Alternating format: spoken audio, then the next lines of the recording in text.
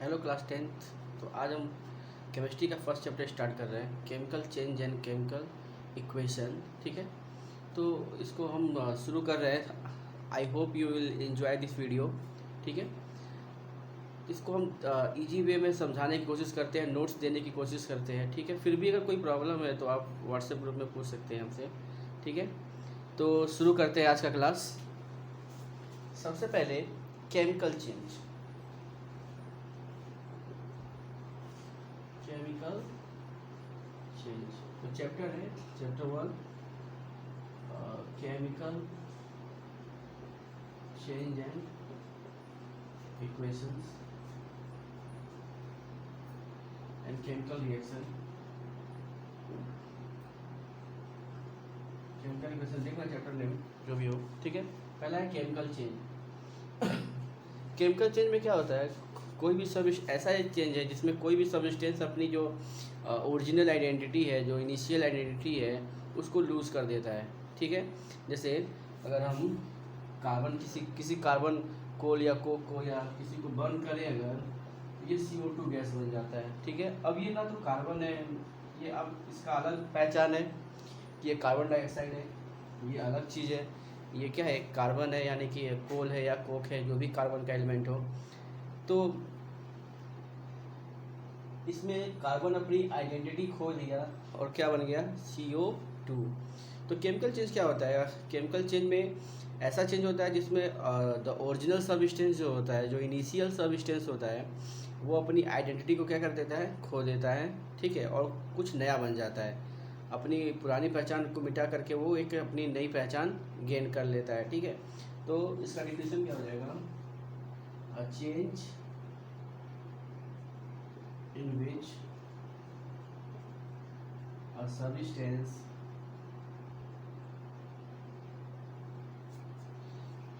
lose its original identity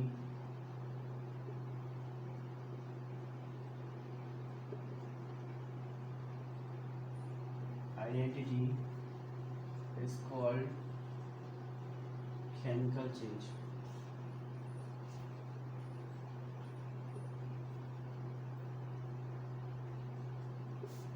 is called chemical change. ठीक है, तो इसको नोट कर लेना, वीडियो पॉज करते हैं केमिकल चेंज को। अब है chemical reaction.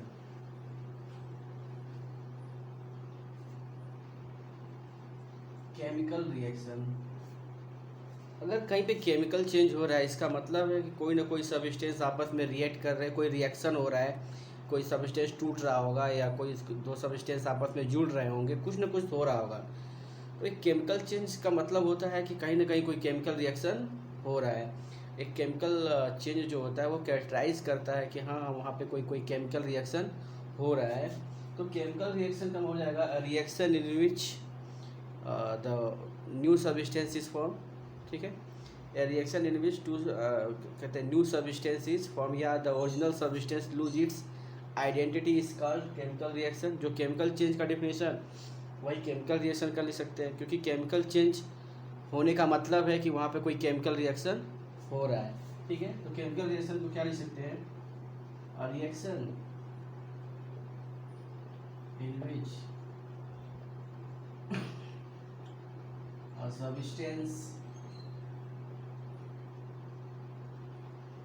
lose its identity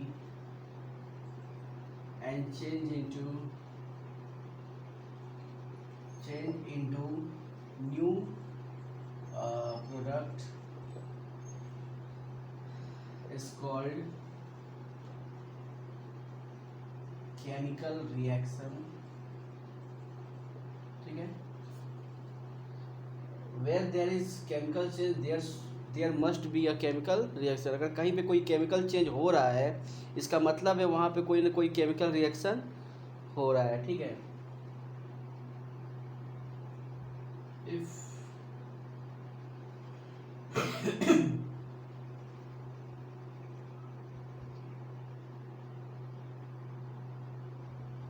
chemical change take place,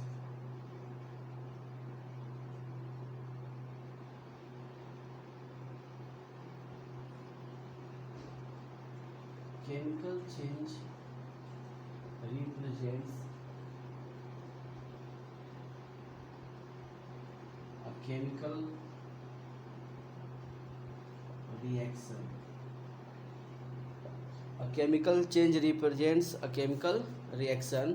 तो ये हो जाएगा केमिकल रिएक्शन के बारे में। अब हम देखते हैं कैसे पहचानेंगे कि कोई केमिकल रिएक्शन हो रहा है नहीं हो रहा है, ठीक है, इसको कैसे हम कैरेक्टराइज करेंगे। तो अब हमको पढ़ना है characteristics of chemical reaction. Video pause करके नोट कर लेना।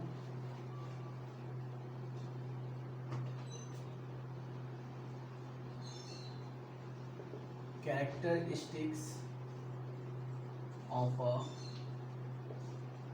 Chemical reaction. Characteristics of a chemical reaction. तो केमिकल रिएक्शन अगर हो रहा है, ठीक है, तो या तो उसका स्टेट चेंज हो रहा होगा, सॉलिड से लिक्विड, लिक्विड से गैस, या सॉलिड से गैस, कुछ भी, मतलब स्टेट चेंज हो सकता है। अगर स्टेट चेंज हो रहा है तो इसका मतलब है कि कोई ना कोई केमिकल चेंज वहाँ पे हो रहा है, या कोई केमिकल रिएक्शन हो रहा है, ठीक है। अगर कोई गैस इवॉल्व हो रहा है तो वो भी रिप्रेजेंट करता है कि कहीं ना कहीं कोई केमिकल चेंज हो रहा है। अगर कोई टेम्परेचर में चेंज हो, ठीक है, तब भी हम क्या जानेंगे कि कोई ना कोई केमिकल रिएक्शन हो रहा है। कलर में चेंज होना, ठीक है, या फिर कोई प्रेसिपिटेट बनना, ये सब क्या मतलब कैरेक्टराइज करता है कि हाँ वहाँ पे हो सकता है कि कुछ केमिकल चेंज हो रहा है। अगर कुछ प्रेसिपिटेट बन रहा है इसका मतलब यहाँ हो सकता है वहाँ पे क्या हो रहा है, केमिकल रिएक्शन। अगर कलर चेंज हो रहा है तो इसका मतलब है कि वहाँ पे केमिकल रिएक्शन हो रहा है। तो क्या चीज़ें हैं लिख लेते हैं।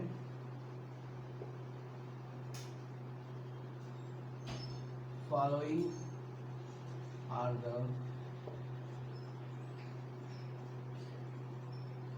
Characteristics of chemical reaction. पहला, change in state. Second, change in colour. Change in temperature. Evolution of gas.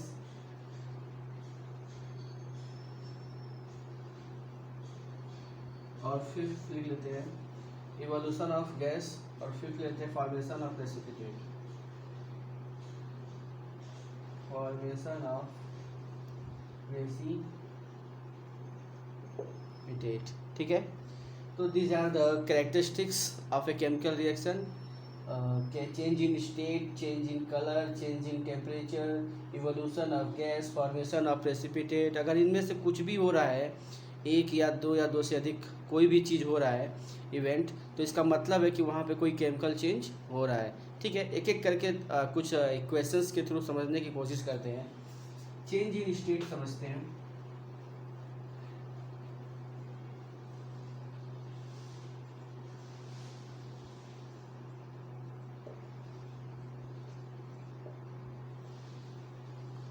Change in state, जैसे अभी हम देखे थे कार्बन जो है वो सॉलिड है, कोयला, उसको जला रहे हैं ऑक्सीजन के प्रेजेंस में, ये गैस है। और ये कार्बन जो है जब ऑक्सीजन से रिएक्ट कर रहा है, जल रहा है, तो CO2 गैस में कन्वर्ट हो जा रहा है, ठीक है, CO2 गैस में कन्वर्ट हो जा रहा है, यानी कि CO2 गैस में कन्वर्ट हो जा रहा है। इसका मतलब है इसका स्टेट चेंज हुआ, सॉलिड से क्या हो गया, गैस में क्या हो गया, चेंज हो गया, ठीक है। तो स्टेट का चेंज होना क्या रिप्रेजेंट कर रहा है कि वहाँ पे कोई केमिकल रिएक्शन हो रहा है। ये चेंज इन स्टेट का एक लिखते हैं एग्जांपल। चेंज इन कलर देखते हैं सेकेंड। चेंज इन कलर,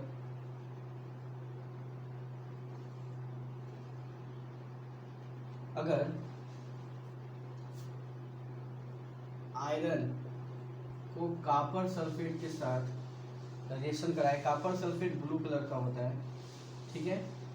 हम आगे पढ़ेंगे टाइप ऑफ रिएक्शन में iron is more reactive than copper, then iron displace copper.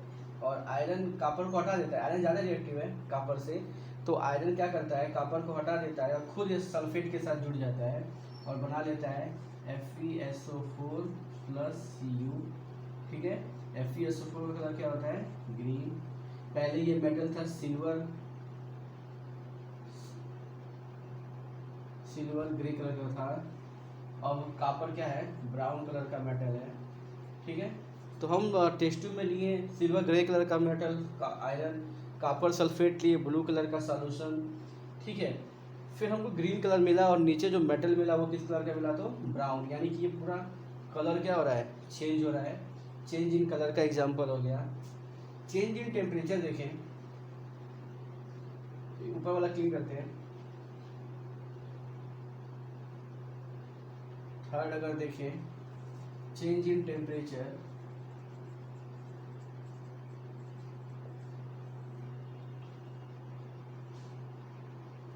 तो जब भी कोई केमिकल रिएक्शन होता है तो हो सकता है कि उसमें टेम्परेचर हीट देना पड़ा हो, या हो सकता है उसमें से हीट निकल रहा हो।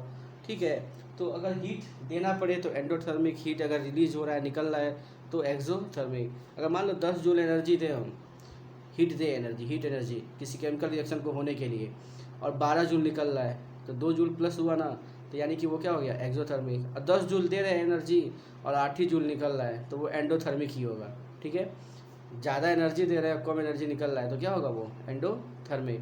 तो चेंज इन टेम्परेचर अगर हम देखें तो इन ए केमिकल रिएक्शन इधर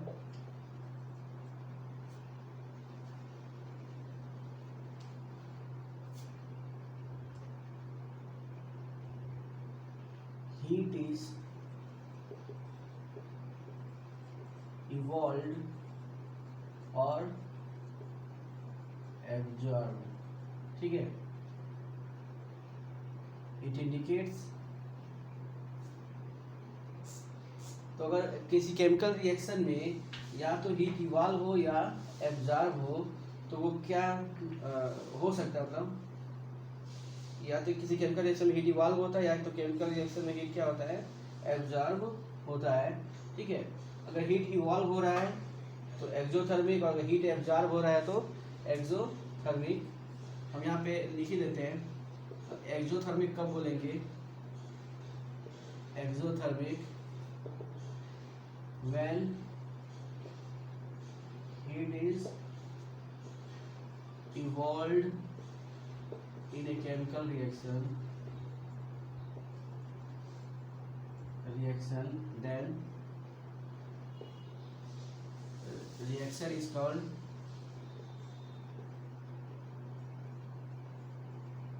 exothermic रिएक्शन। ठीक है, कुछ एग्जांपल देख लेते हैं एक्सोथर्मिक का। डिकम्पोजिशन ऑफ ऑर्गेनिक मैटर,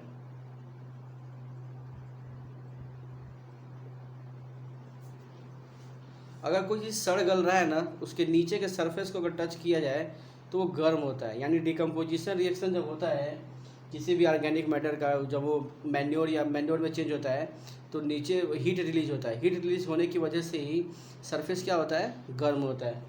ठीक है, और भी बहुत सारे रिएक्शन हैं। जब हम मार्केट से चूना लेके आते हैं, जैसे कि CaO, और उसमें वाटर मिलाते हैं तो बन जाता है CaOH का होल ट्वाइस। ठीक है, इसमें बहुत ज़्यादा क्या निकलता है, हीट निकलता है। तो ये क्विक लाइम है, क्विक लाइम में वाटर ऐड करेंगे तो क्या बनेगा, स्लैग्ड लाइम, या इसी को क्या बोलते हैं, lime water. Formation of precipitate, evolution of gas करते हुए। तो क्विक लाइम में जब वाटर ऐड करते हैं तो स्लैग्ड लाइम या लाइम वाटर बनता है और हीट रिलीज होता है, जो कंटेनर होता है गर्म हो जाता है। ये किसका एग्जांपल हो गया, एक्सोथर्मिक का। रिस्पायरेशन प्रोसेस जो होता है, रिस्पायरेशन प्रोसेस वो भी एक एक्सोथर्मिक प्रोसेस है। क्यों? रिस्पायरेशन प्रोसेस में ग्लूकोज मॉलिक्यूल ब्रेक होता है और एनर्जी क्या होता है, रिलीज होता है। तो एनर्जी रिलीज हो रहा है, इसलिए वो क्या हो गया, एक्सोथर्मिक प्रोसेस हो गया। रिस्पायरेशन का पता ही है, ग्लूकोज जो होता है C6H12O6 वो ऑक्सीजन के प्रेजेंस में टूट जाता है 6CO2 + 6H2O और प्लस क्या निकलता है, एनर्जी। इसीलिए रिस्पायरेशन भी क्या है, एक एक्सोथर्मिक प्रोसेस है। बहुत सारे एग्जांपल मिलेंगे, अभी इतना रह देते हैं। तो एक्सोथर्मिक रिएक्शन हो गया, ए reaction in which heat is evolved, exothermic. अब लिखते हैं endothermic.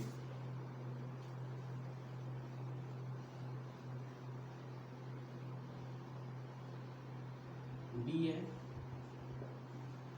Endothermic reaction, endothermic reaction इसे क्या हो जाएगा, रिएक्शन इन विच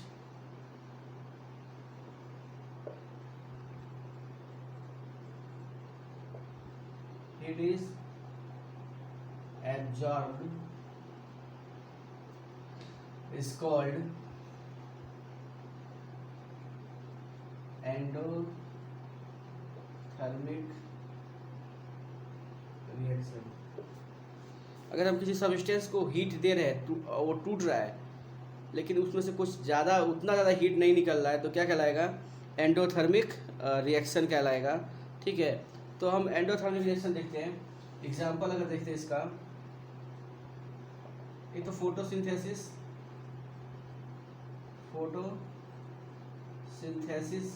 इसका एग्जाम्पल है, तो एंडोथर्मिक रिएक्शन का एग्जाम्पल है। इसमें क्या होता है, 6CO2 + 12H2O सनलाइट के प्रेजेंस में और क्लोरोफिल। ठीक है, क्या बना लेते हैं, C6H12O6 + 6O2 + 6H2O। इसमें एनर्जी कंज्यूम हो रहा है, इसलिए ये क्या है, एंडोथर्मिक है। एंडोथर्मिक रिएक्शन का और एग्जांपल देखिए, कैल्शियम कार्बोनेट, चूने का जो पत्थर है, इसको क्या कहते हैं, लाइम स्टोन। जब इसको हीट करते हैं स्ट्रांगली, ठीक है, तो ये टूट जाता है CaO + CO2 में। CaO यानी कि quick lime, calcium oxide quick lime, और CO2 गैस निकलता है। ठीक है, तो ये एंडोथर्मिक रिएक्शन का एग्जांपल है। अब है देखते हैं इवोल्यूशन ऑफ गैस।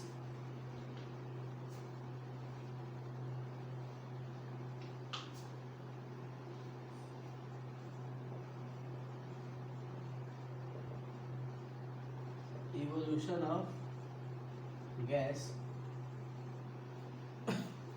तो कभी कभी जब केमिकल चेंज होता है तो उसमें से गैस इवॉल्व होता है। ठीक है, गैस निकलना ये इंडिकेट कर रहा है कि हाँ वहाँ पे कोई केमिकल रिएक्शन हो रहा है। जब हम किसी भी मेटल को एसिड के साथ रिएक्ट करते हैं तो साल्ट बनता है और हाइड्रोजन गैस रिलीज होता है। ठीक है,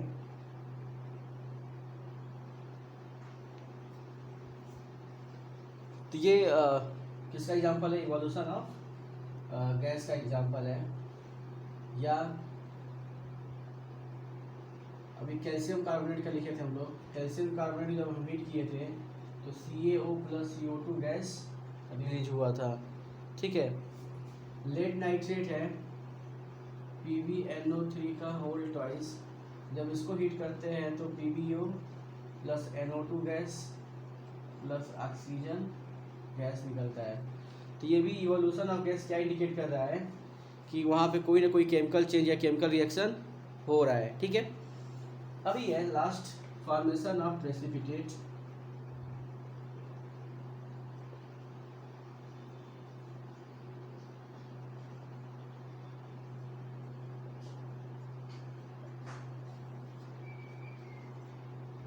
अभी समझते हैं हम क्या करते हैं, दो आपको सब्सटेंस दिया गया है, उनको पानी में क्या करो, घोल लो, पानी में डिजॉल्व कर लो। तो पानी में जब डिजॉल्व करेंगे तो वो क्या बनेगा, एक्वस सॉल्यूशन। कोई भी सॉल्यूशन जब हम वाटर में प्रिपेयर करते हैं उसको क्या बोलते हैं, एक्वस सॉल्यूशन। अगर हम दो एक्वस सॉल्यूशन को मिला रहे हैं, ठीक है, दो एक्वस सॉल्यूशन को मिला रहे हैं और कोई सॉलिड चीज़ बन जाए जो कि टेस्ट ट्यूब के बॉटम पे इकट्ठा हो जाए, उसको क्या कहते हैं, प्रेसिपिटेट। और इस रिएक्शन को कहते हैं प्रेसिपिटेट रिएक्शन। तो reaction in which two aqueous solutions are reacted together and form a solid precipitate is called precipitate reaction, ठीक है। या a solid is formed is called, a solid is called precipitate and this reaction is called precipitate reaction। इसको लिख लेते हैं precipitate वाले को।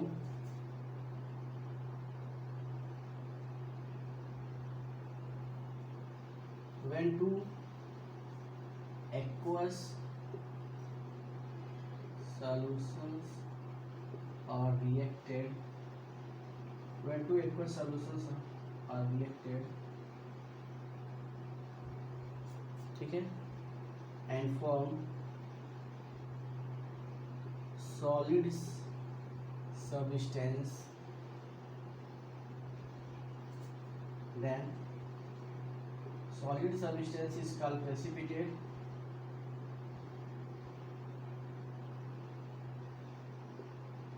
is called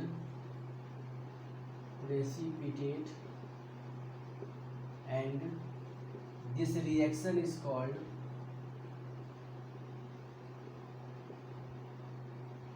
precipitate reaction।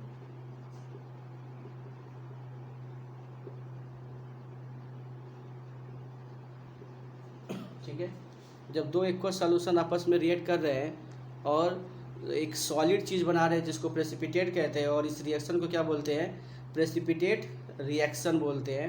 ठीक है, एग्जांपल देख लेते हैं। जब लेड नाइट्रेट के सॉल्यूशन में हम पोटेशियम आयोडाइड सॉल्यूशन, ये एक्वस है, दोनों एक्वस का मतलब है पानी के अंदर घोला हुआ सॉल्यूशन है, तो ये क्या बना लेते हैं, लेड आयोडाइड का एलो प्रेसिपिटेट बनता है प्लस पोटेशियम नाइट्रेट का क्लियर सॉल्यूशन बनता है एक्वस सॉल्यूशन।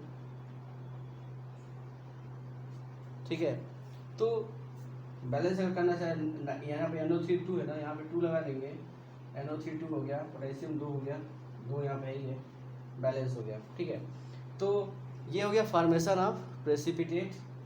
तो जब दो एक्वस सॉल्यूशन आपस में रिएक्ट किए और एक सॉलिड सब्सटेंस बना रही है जिसको हम प्रेसिपिटेट कहते हैं, ठीक है, तो इस रिएक्शन को क्या बोलेंगे, पूरे रिएक्शन को प्रेसिपिटेट रिएक्शन कहेंगे। ठीक है, तो ये हो गया कैरेक्टरिस्टिक्स ऑफ केमिकल चेंज या केमिकल इक्वेशन। कैसे आइडेंटिफाई करेंगे कि हाँ वहाँ पे कोई केमिकल चेंज हो रहा है या कोई ये केमिकल रिएक्शन हो रहा है। ठीक है, अब है केमिकल इक्वेशन के बारे में।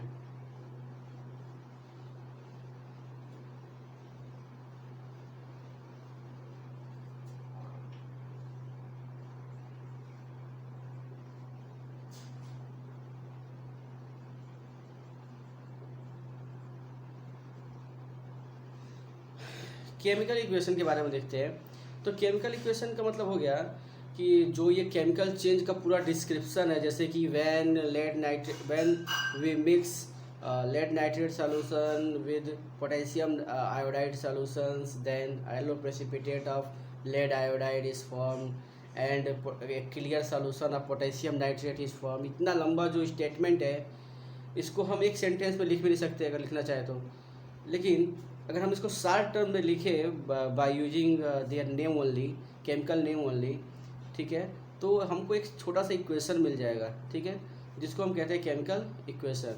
तो जो शॉर्ट टर्म रिप्रेजेंटेशन है किसी भी केमिकल चेंज का, जो डिस्क्रिप्शन है उसका, जो शॉर्ट टर्म किसी भी केमिकल चेंज का जो डिस्क्रिप्शन है, ठीक है, उसका जो शॉर्ट टर्म नोटेशन है वो क्या है, केमिकल इक्वेशन। लिख लेते हैं इसका, केमिकल इक्वेशन है क्या,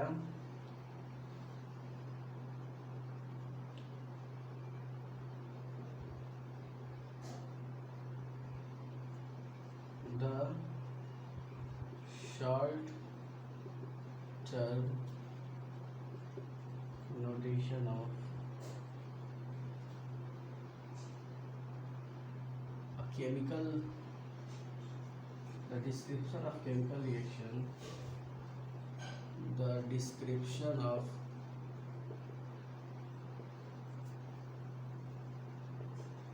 chemical reaction is called chemical equation. Chemical equation. Example word equation. Example word equation. जो हम लेड नाइट्रेट वाला पूरा स्टेटमेंट बोले थे, हम उसके जगह लिख सकते हैं केवल lead nitrate plus potassium iodide, potassium iodide, ठीक है। एक एरो बना लेंगे, अब उधर जगह नहीं, हम इधर लिख देते हैं प्रोडक्ट को, ठीक है। प्रोडक्ट को यही लिखते हैं तो क्या बन जाता है, थोड़ा सा क्लियर करते हैं, फिर से लिखते हैं यहाँ से। तो अगर lead nitrate plus potassium iodide आपस में रिएक्ट करेंगे तो लेड आयोडाइड पोटेशियम नाइट्रेट बन जाएगा। Lead iodide plus potassium nitrate बन जाएगा, ठीक है। तो इसमें इस साइड वाले को रिएक्टेंट कहते हैं, 9th में हम लोग पढ़ चुके हैं। इस साइड वाले को हम लोग क्या बोलते हैं, प्रोडक्ट बोलते हैं। और बीच में इनको सेपरेट करने के लिए क्या होता है, एरो। एरो का जो हेड होता है वो प्रोडक्ट की तरफ होता है, ठीक है। तो ये वर्ड इक्वेशन हो गया। वर्ड इक्वेशन को हम और सिंप्लीफाई कर सकते हैं if we use the formula of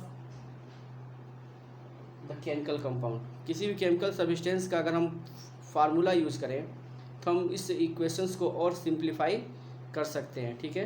तो हम लिख लेते हैं, नीचे लिखना तुम लोग, ठीक है। हम इसको क्लीन कर रहे हैं, उसके बाद नीचे से लिखना तुम लोग।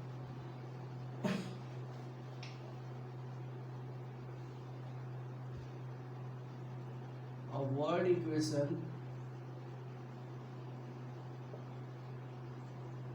can be more simplified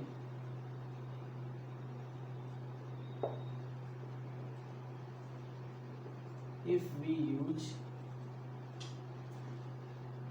if we write the chemical formula of